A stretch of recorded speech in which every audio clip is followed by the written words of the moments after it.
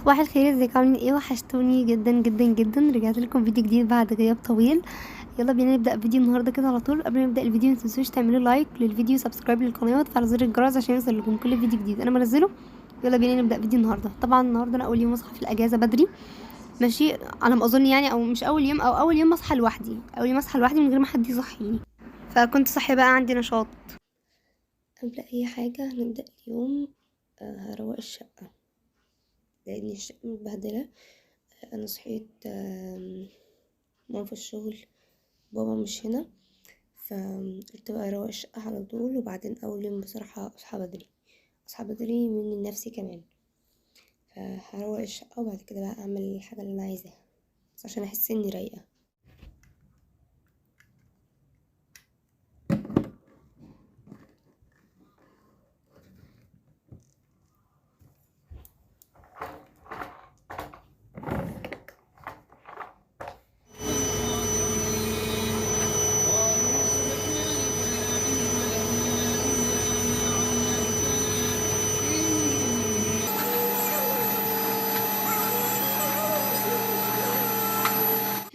بصوا، انا رتبت الحته دي كده برضو، ورتبت الاوضه خلاص، وخلصت بقى الترويق كله ماشي.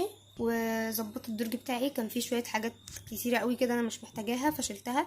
دول انا بس حطاهم هنا كده، وهشيلهم دلوقتي عشان بس هعمل حاجه هتشوفوها كمان شويه. شلت طبعا بقى الاقلام والحاجات دي والاساتيك بتاعت الدراسه اللي انا مش محتاجاها وعنتها، وسبت بس في المقلمه اللي هنا دي الحاجات اللي انا هحتاجها. بعد كده بقى قمت عملت ليمون بعسل لان البرد للاسف رجع تاني. وانا كنت منزله لكم فيديو شورتس، كنت قايله لكم ليه فوائد كتيره جدا. عملت ليا وعملت لاختي. بابا في الاول كان بيجيب العسل الاسود ده، حرفيا ما كناش بنحبه خالص، ما كناش بنبصله، كان اخويا بس هو اللي بياكله، لكن بصراحه ما كناش بنحبه خالص. بس لما بقينا بقى نعمله كده اللي هو ليمون بعسل كده، بقينا نشربه على طول الصبح، بيبقى طعمه خطير. والعسل مسكر كده مع الليمون، بصراحه نكهته بتبقى حلوه قوي. حتى لو ما قلتلوش يعمل وقفتي على الصلاح في الذهن. لا بص، لا مفيش حاجه يا ويلنا قالوا مجموعات يا ويلنا من بعثنا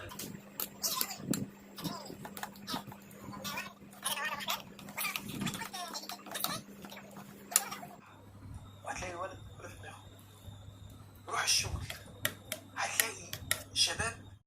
بعد كده بقى دخلت عشان اعمل فقرة السكين كير. عملتها بعد ما روقت علشان وشي ما يتبهدلش تراب تاني. غسلت بقى وشي بالغسول ده، وبعد كده عملت سكراب لايدي مش لوشي، ماشي، سكراب لايدي بالغسول بتاع ستاركي. وجبت اللي هي الفرشة دي عشان انضف ضفري، عشان انا بدأت اطول ضفري، بقيت طول الوقت ماسكة المبرد وانضفها، شوية اغسلها وشوية انضفها. يلا بينا نكمل فقرتنا اللذيذة اللي هي اكتر فقرة حرفيا انا بحبها. طبعا لسه غاسله ضوافري، اطلع بقى المبرد. اول حاجة طبعا لازم اعملها بجد، حرفيا المبرد ده في ايدي طول اليوم ماشي. وان انا ماسكه حاجه او بعمل حاجه ببقى سايباه قدامي حرفيا طول اليوم معايا المبرد ده. وطلعت المرطب ده حاليا بقيت استخدمه يا جماعه، بجد طلع حلو قوي وجايب مفعول. انا بحطه على وشي بجد بعد ما بغسل وشي بالغسول، حرفيا وشي بيشربه، بجد بيشربه. بس انا لسه هروح برضو لدكتورة جلدية، مش هفضل ماشية على البتاع ده علشان انا معرفش اثره ايه. بس هو بصراحة جايب نتيجة حلوة معايا. وبعد كده بقى طلعت التنت ده بحط على شفايفي، وبعد كده بحط عليه الفازلين. التنت بيدي لون بينك حلو قوي، ومع الفازلين بيرطب، فبيبقى بجد بيدي نتيجة طب الطب. وبعد كده بقى طلعت توكتي اللي هي انتوا شفتوها، التوكة اللي انتوا شفتوها. انا كنت مسرحة شعري من بالليل، وكنت لابسة البندانة الستان وانا نايمة عشان شعري ما يتبهدلش. وبعد كده بقى هطلع المنكير الاسود. المنكير ده حرفيا كان حلو قوي، هو طبعا مش جلام اصلي يعني، بس حلو يعني، احلى من حاجات تانية كتير. حلاوته انه بيتقشر بسرعة، ما بيلزقش في الضفر قوي، علشان لما نيجي نشيله عشان الصلاة. وطلعت بقى الحلقان بتاعت البيرسينج دي، علشان انا بقلعها قبل ما انام، لانها معوره ودني بجد يعني مبهدلاها. فما تناموش بيها، ما تناموش بيها، محدش ينام بالبيرسينج ده خالص. بصوا بقى، كان في حاجه حلوه قوي كان نفسي اعملها من بدري. وانا بالنسبه لي بما اني شخصيه بحب جدا احتفظ بكل حاجه اثرت فيا او بحبها او ليها ذكرى معينه عندي. ماشي، فهعمل الحاجه دي. تمام.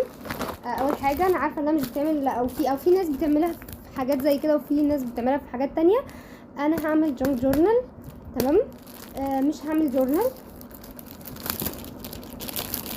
انا بقى افتح الكشكول. بصوا شكله اصلا حلو قوي، مكتوب عليه dream come true. نبدأ بقى. بصوا هبدأ اول حاجة هنا على طول كده.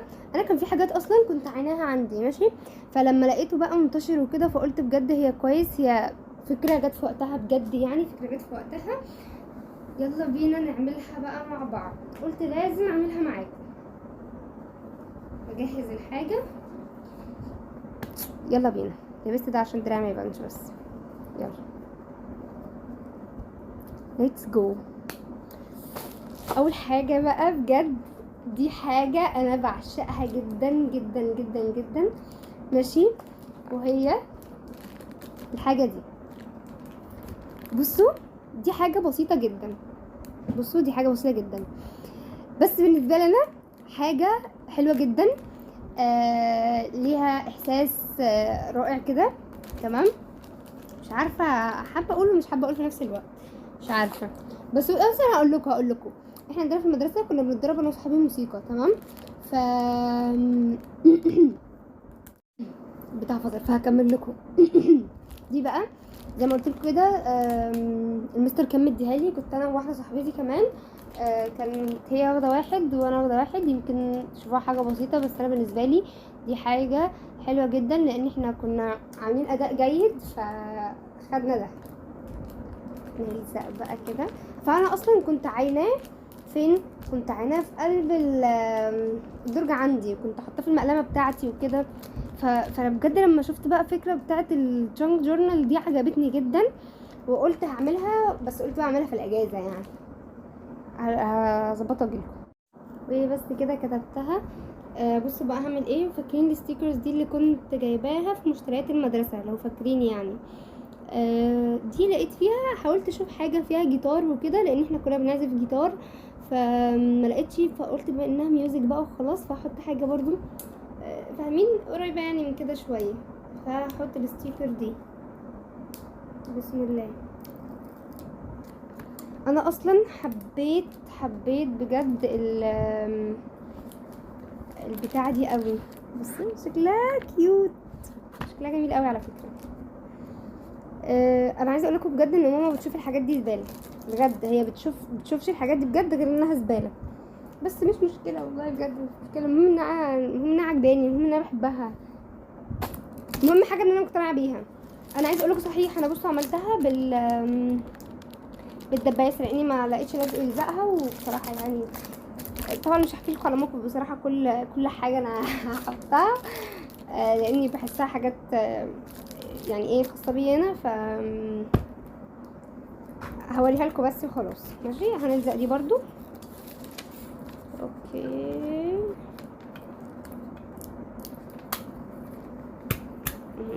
بسم الله.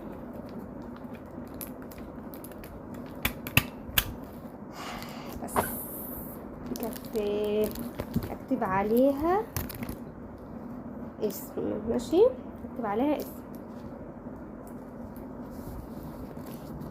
استنوا اطبقه كده.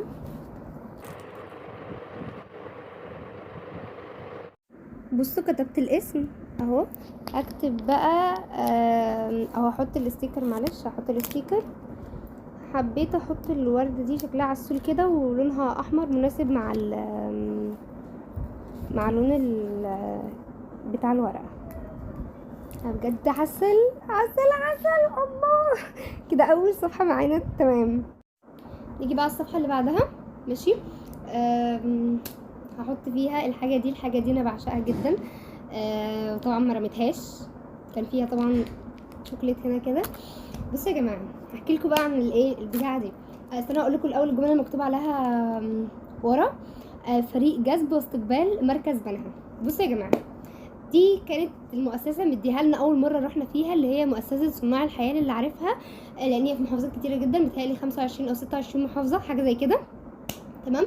فدي الحاجات اللي كانت ادوها لنا اول مره رحنا فيها في المقابله اللي رحنا فيها اول مره. فانا طبعا ما رميتهاش، محتفظه بيها، واختي برضو محتفظه بيها لان احنا كنا رايحين مع بعض. فهحطها. مش بقول لكم يا جماعه بجد الفكره دي طلعت رائعه جدا انها عملت حاجه زي كده. يا رب تلزق بده، ما لزقتش بده انا هزعل جدا. بسم الله الرحمن الرحيم. ان شاء الله تلزق، ان شاء الله تلزق. انا هحطها كده يا رب.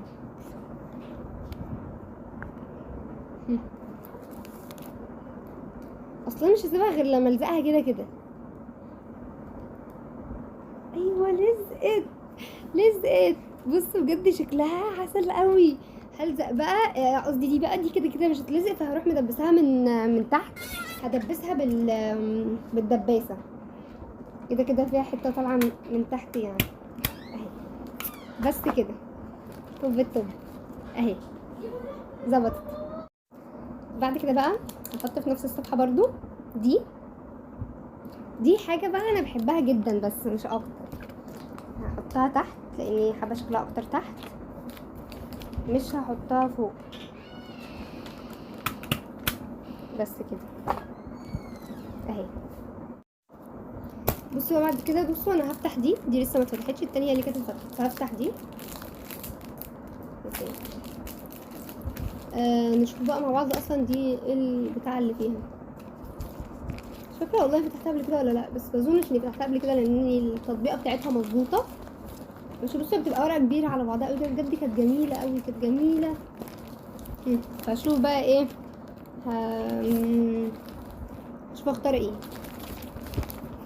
بسم الله الرحمن الرحيم. حاجه عيني جت عليها. اوكي هاخد دي.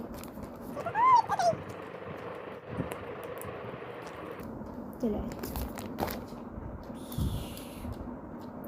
اروح احطها فين؟ اشوف احطها فين اهي مكتوب عليها لاف.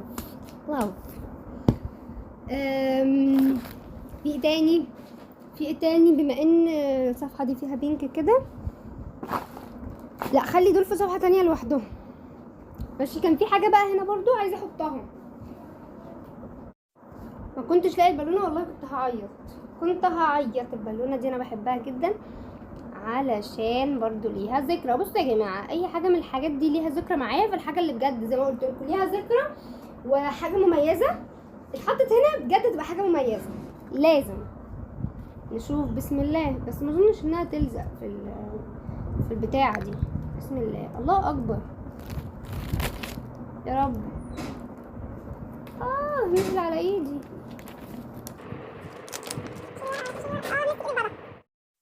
خرجت بقى بالليل جبت لنا ايس كريم مع انا ورنا اختي وقعدنا مع بعض شويه. وبس ده كان فيديو النهارده. رب يكون الفيديو عجبكم. ما تنسوش تعملوا لايك للفيديو، سبسكرايب للقناه، وتفعلوا زر الجرس عشان يوصلكم كل فيديو جديد انا بنزله. وبس ده كان فيديو النهارده، والسلام عليكم ورحمه الله وبركاته. ده يتحنط، ده عايز يتحنط. لا بتاع يتكسر.